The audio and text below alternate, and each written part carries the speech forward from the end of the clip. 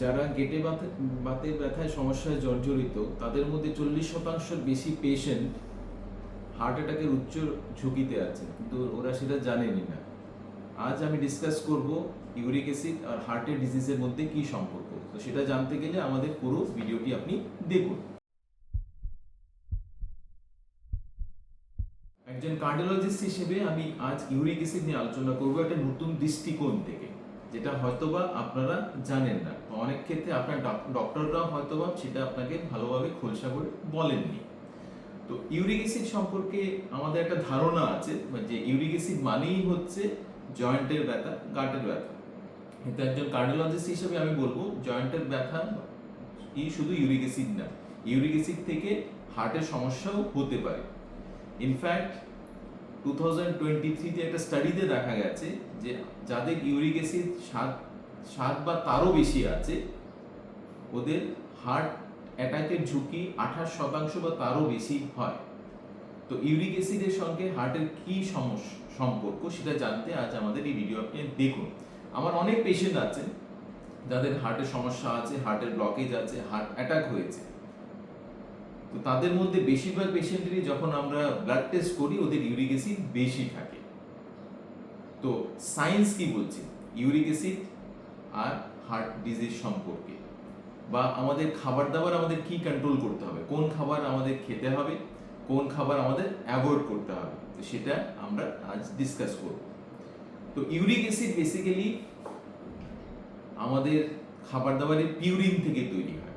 আমাদের অনেক খাবার দাবারে পিউরিন থাকে, আর এই পিউরিন থেকে যখন ইউরিক অ্যাসিড তৈরি হয় আর আমাদের কিডনি যখন সেই ইউরিক অ্যাসিডটা এক্সক্রিট করতে পারে না, আমাদের শরীরে ইউরিক অ্যাসিড জমতে শুরু করে, আমাদের ইউরিক অ্যাসিড মাত্রাটা বেড়ে যায় ব্লাডে, আর সেটাই আমাদের ধমনীর গায়ে গিয়ে ইনফ্লেমেশন বা প্রদাহ সৃষ্টি করে, আর সেটা থেকে হার্টের ব্লকেজ লং টার্মে এবং হার্ট অ্যাটাক হতে পারে। তো ইউরিক অ্যাসিড বেশি থাকলে আমাদের ধমনীতে যেমন ইনফ্লেমেশন তৈরি হয়, তেমনই ইউরিক অ্যাসিড আমাদের শরীরে বেশি পরিমাণে থাকলে সেটা থেকে আমাদের ফ্রি র্যাডিক্যাল ইনডিউস আমাদের বডিতে বিভিন্ন অর্গানের ড্যামেজ হয়। ইনফ্যাক্ট ইউরোপিয়ান হার্ট জার্নাল 2024 এর স্টাডিতে দেখা গেছে যাদের হাই ব্লাড প্রেশার আছে আর সঙ্গে যাদের ইউরিক অ্যাসিডও বেশি আছে ওদের হার্ট ফেলিয়ারের ঝুঁকি 55% বা তারও বেশি হয়। কিন্তু এই ইউরিক অ্যাসিড যেটা আমাদের জন্য খুব ইম্পর্টেন্ট হেলথের জন্য, সেটা নিয়ে অনেক মিথ আছে। আর সেই মিথগুলি কি? তার মধ্যে 1 নম্বর মিথটা হচ্ছে যে আমার ইউরিক অ্যাসিড বেশি আছে কিন্তু আমার জয়েন্টে তো কোনো ব্যথা নেই, তো সেটা নিয়ে আমি কেন এত চিন্তিত থাকবো, কেন সেটার জন্য আমি ট্রিটমেন্ট করব, কেন আমি ডায়েট মডিফিকেশন করব, কারণ এটা তো আমার কোনো সমস্যা করছে না। সেটা হচ্ছে মিথ নাম্বার 1 বা ভুল ধারণা নাম্বার 1। কারণ ইউরিক অ্যাসিড হয়তো বা আপনার জয়েন্টের ব্যথা করছে না, কিন্তু এই ইউরিক অ্যাসিড কিন্তু সাইলেন্ট কিলার হিসেবে কাজ করছে। কারণ ইউরিক অ্যাসিড আপনার বেশি, কিন্তু আগামীকাল সেই হাই ইউরিক অ্যাসিড থেকে আপনার হাই ব্লাড প্রেশার, আপনার কিডনির সমস্যা, আপনার হার্টের সমস্যা, heart attack, stroke, heart failure, এই সমস্যাগুলো আপনার দেখা দিতে পারে। তো এই সমস্যাগুলো যদি আপনাকে এড়াতে হয়, কমপ্লিকেশনগুলো যদি আপনাকে এড়াতে হয়, আপনি আপনার ইউরিক অ্যাসিড চেক করতে হবে। স্পেশালি আপনার বয়স যখন 40 বা তারও বেশি, বা আপনার যদি ব্লাড প্রেশার আছে, আপনার যদি ডায়াবেটিস আছে, আপনার যদি হার্টের কোনো সমস্যা থাকে, তাহলে আপনি আপনার ইউরিক অ্যাসিড চেক করুন। তো ইউরিক অ্যাসিড নর্মাল রেঞ্জ কত? নর্মাল রেঞ্জ 5.5 এর আশেপাশে থাকলে সবথেকে বেটার। কিন্তু কখন আমরা বলি কি ইউরিক অ্যাসিড আপনার শরীরে বেশি আছে, এটা ডিপেন্ড করছে মেল বা ফিমেলস এর ক্ষেত্রে। মেলের ক্ষেত্রে 7 মিলিগ্রাম পার্সেন্ট বা তারও বেশি হলে সেটাকে আমরা বলি হাই ইউরিক অ্যাসিড, আর ফিমেলসদের ক্ষেত্রে সেই সংখ্যাটা হচ্ছে 6 এর বেশি হলে আমরা বলি হাই ইউরিক অ্যাসিড। তো তার জন্য প্রতি বছরই আপনি আপনার ইউরিক অ্যাসিড চেক করুন, কারণ সেটা শুধু জয়েন্টের সমস্যা না, সেটা কিন্তু আপনার হার্টের সমস্যাও ইঙ্গিত করছে। আরেকটা প্রচলিত মিথ যেটা আছে ইউরিক অ্যাসিড নিয়ে, সেটা হচ্ছে শুধু মাংস খেলে ইউরিক অ্যাসিড বাড়ে, সেটাও একটা ভুল ধারণা। আজ আমি আসুন আলোচনা করি আমাদের বাঙালি খাবার দাবারে কি কি খাবার আছে যেটা আমাদের ইউরিক অ্যাসিড বাড়িয়ে দিচ্ছে। তো তো 5টি খাবার আমি আলোচনা করব যেটা আপনাকে এড়াতে হবে যদি আপনার ইউরিক অ্যাসিড কন্ট্রোলে আপনি রাখতে চান। তার মধ্যে সবথেকে প্রথম হচ্ছে রেড মিট। তো সেটা মাটন হতে পারে, বিফ হতে পারে, পর্ক হতে পারে, যে কোনো রেড মিট। রেড মিট নিলে আপনার রেড মিটে প্রচুর পরিমাণে পিউরিন আছে, সেটা থেকে আপনার ইউরিক অ্যাসিড অনেক বাড়তে পারে। তো রেড মিট আপনাকে অ্যাভয়েড করতে হবে। Second, organ meat. অনেক ক্ষেত্রে আমরা মাংস খাই, কিন্তু আমাদের যে মাটন বা অন্যান্য যে রেড মিট সেটার অর্গান, যেমন আমরা লিভার নিচ্ছি বা আমরা কিডনি নিচ্ছি বা আমরা ব্রেইন নিচ্ছি, তো সেগুলোতেই প্রচুর পরিমাণে পিউরিন আছে। তো রেড মিট যেমন আপনাকে অ্যাভয়েড করতে হবে, তেমনি আপনাকে অ্যাভয়েড করতে হবে অর্গান মিট।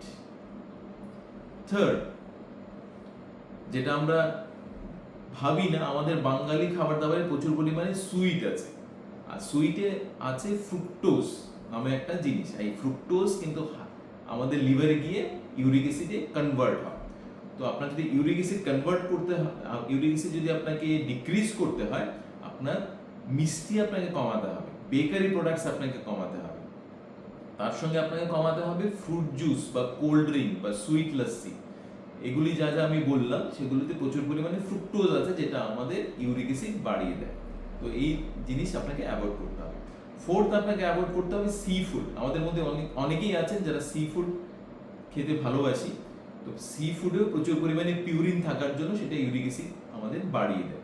অ্যান্ড ফিফথ লিস্টে যেটা আমি বলবো সেটা হচ্ছে অ্যালকোহল বা বিয়ার। স্পেশালি অনেকেই আছেন যারা অ্যালকোহল নিচ্ছেন, নিয়মিত নিচ্ছেন, ওদের কিন্তু স্পেশালি বিয়ার নিলে আপনার কিন্তু ইউরিক অ্যাসিড অনেকটাই ইনক্রিজ হবে। তো এই 5টি খাবার দাবার আপনাকে বা ড্রিঙ্কস আপনাকে অ্যাভয়েড করতে হবে, যেটা করলে আপনার ইউরিক অ্যাসিড কন্ট্রোলে থাকবে। কিন্তু কারো কারো অনেক মিথ আছে সেটা নিয়ে, খাবার দাবার নিয়ে। অনেকেই বলেন কি আমার তো ইউরিক অ্যাসিড আছে, তো ডক্টরবাবু আমাকে বলেছেন মসুর ডাল না খাওয়ার জন্য, ডক্টরবাবু আমাকে বলেছেন পালং শাক না খাওয়ার জন্য, বাঁধাকপি না খাওয়ার জন্য, ফুলকপি না খাওয়ার জন্য। এগুলো অ্যাকচুয়ালি 100% ট্রু না। আমি যে 5টি আইটেম আলোচনা করলাম সেগুলো আপনি অ্যাভয়েড করুন, কিন্তু আপনি মসুর ডাল খেতে পারেন, সপ্তাহে আপনি 2-3 দিন খেতে পারেন, ডেইলি খাবেন না, সপ্তাহে 2-3 দিন খেতে পারেন। আপনি বাঁধাকপি ফুলকপি খেতে পারেন, কোনো সমস্যা সেটাতে হবে না, নিয়ম পরিমাণ মতো আপনি খান। তো এই খাবার দাবার নিয়ে আপনাকে একটু সতর্ক থাকতে হবে। 5টি খাবার দাবার, আর যেগুলো বললাম, আপনি মসুর ডাল আপনি মাঝে মধ্যে সপ্তাহে 2-3 দিন ডেফিনেটলি খেতে পারেন। আপনি অন্যান্য শাক, পালং শাকও খেতে পারেন। আমরা অলরেডি আলোচনা করলাম কি খাবার দাবার বা কি পানীয় আপনি অ্যাভয়েড করবেন। আসুন আমরা এখন আলোচনা করি কোন খাবার দাবার আপনার ইউরিক অ্যাসিডকে ডিক্রিজ করতে সাহায্য করছে। তার মধ্যে অন্যতম হচ্ছে চেরি ফল। চেরি ফল বা চেরি জুস যদি আপনি নিচ্ছেন, সেটা আপনাকে ইউরিক অ্যাসিড ডিক্রিজ করতে সাহায্য করবে। তেমন চিনি ছাড়া যদি আপনি কফি নিচ্ছেন, সেটা আপনার ইউরিক অ্যাসিড ডিক্রিজ করতে সাহায্য করবে। যে কোনো ফল, স্পেশালি যেগুলো টক ফল আছে, যেটাতে অ্যাসকর্বিক অ্যাসিড বা ভিটামিন সি আছে, যেমন লেবু জল, তো সেগুলো নিলে, আপনার যে কোনো ফল নিলে আপনার ইউরিক অ্যাসিড ডিক্রিজ করতে সেটা সাহায্য করবে। আদা চা চিনি ছাড়া, সেটা নিলেও আপনার ইনফ্লেমেশন সেটা ডিক্রিজ করতে সাহায্য করবে। এই কয়েকটা জিনিস আপনি নিলে সেটা আপনার ইউরিক অ্যাসিড ডিক্রিজ করতে সাহায্য করবে। কিন্তু আপনি কি জানেন সবথেকে ইম্পর্টেন্ট কি সেটার মধ্যে, যেটা আপনার ইউরিক অ্যাসিড কন্ট্রোল রাখবে, আপনার ইউরিক অ্যাসিড থেকে সমস্যা করবে না? সেটা হচ্ছে আর কিছুই না, জল। আপনি যদি দিনে 3 থেকে 3.5 লিটার জল খাচ্ছেন, এই জলই কিন্তু আপনার কিডনি থেকে যে ইউরিক অ্যাসিড সেটা আপনার বডি থেকে বের করে দেবে। তো তার জন্য আপনার ইউরিক অ্যাসিড যদি কন্ট্রোল রাখতে হয়, আপনি পর্যাপ্ত পরিমাণে জল খান। জল নিয়ে আমরা ভিডিও বানিয়েছি, সেটা আপনি আমাদের চ্যানেলে গিয়ে দেখতে পাবেন। কিন্তু কয়েকটা জিনিস আপনাকে মাথায় রাখতে হবে ইউরিক অ্যাসিড সম্পর্কে, যেটা ডায়েট নিয়ে আমি আলোচনা করলাম। ডায়েট খুব ইম্পর্টেন্ট, কি কি আপনি এড়িয়ে চলবেন, কি কি আপনি খাবেন যেটা থেকে আপনার ইউরিক অ্যাসিড কন্ট্রোল থাকবে। কিন্তু আপনার ইউরিক অ্যাসিড যদি 9 বা তারও বেশি যদি থাকে, তাহলে কিন্তু সেটা ডায়েটে আপনার কন্ট্রোল হবে না, তখন আপনাকে মেডিসিন নিতে হবে। আর মেডিসিন কি নেবেন, নিজে থেকে সেটা মেডিসিন নেবেন না, আপনি ডক্টরের সঙ্গে পরামর্শ করুন, সেই অনুযায়ী আপনি আপনার ইউরিক অ্যাসিড ডিক্রিজ করার জন্য মেডিসিন নেবেন। আরেকটা জিনিস আপনাকে মাথায় রাখতে হবে যে লাইফস্টাইল খুব ইম্পর্টেন্ট। ডায়েট যেমন ইম্পর্টেন্ট, তেমন লাইফস্টাইলের মধ্যে এক্সারসাইজ খুব ইম্পর্টেন্ট, ঘুম খুব ইম্পর্টেন্ট, স্ট্রেস রিডাকশন খুব ইম্পর্টেন্ট, ওজন কমানোটা ইম্পর্টেন্ট। কারণ ওজন কমলেও আমাদের ইউরিক অ্যাসিড নিয়ন্ত্রিত থাকে। কিন্তু তার সঙ্গে আরেকটা জিনিস আপনাকে মাথায় রাখতে হবে, যদি আপনি ক্র্যাশ ডায়েট করে আপনার ওজন হুট করে কমাচ্ছেন, সেটা থেকে কিন্তু আপনার ইউরিক অ্যাসিড বাড়তে পারে। তার জন্য ধীরে ধীরে আপনি ওজন কমান, মাসে 2 কিলোর বেশি ওজন কমাবেন না, কারণ খুব বেশি ডিক্রিজ করলে ওজন সেটা থেকেও কিন্তু ইউরিক অ্যাসিড বাড়তে পারে। আর কোনো কোনো মেডিসিন নিলে সেটা থেকে কিন্তু আপনার ইউরিক অ্যাসিড বাড়তে পারে। যেমন আপনি যদি রক্ত তরল রাখার অ্যাসপিরিন নিচ্ছেন, যেটা অনেক হার্টের পেশেন্ট নিচ্ছে, অ্যাসপিরিন কিন্তু আপনার ইউরিক অ্যাসিড এক্সক্রিশনে বাধা দেয়, সেটা থেকে আপনার বডিতে ইউরিক অ্যাসিড বাড়তে পারে।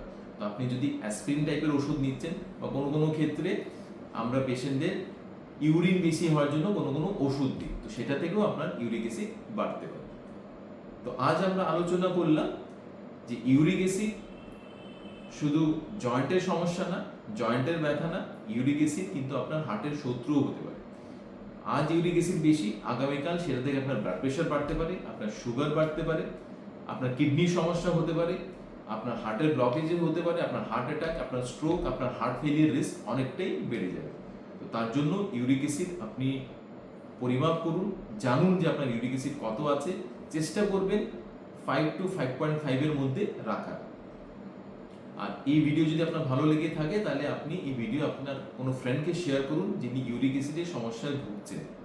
আর আমাদের এই ভিডিও যদি আপনার ভালো লেগে থাকে, আপনি আমাদের এই ভিডিও দেখতে পারেন, যেটাতে আমি ডিসকাস করেছি সকালবেলা কি কি হেলদি ব্রেকফাস্ট আপনি নিতে পারেন। আমি ডক্টর রূপ, আপনাদের হৃদয়ের বন্ধু। আমার সঙ্গে থাকুন, সুস্থ থাকুন, আমাদের চ্যানেলকে লাইক, শেয়ার অ্যান্ড সাবস্ক্রাইব করুন।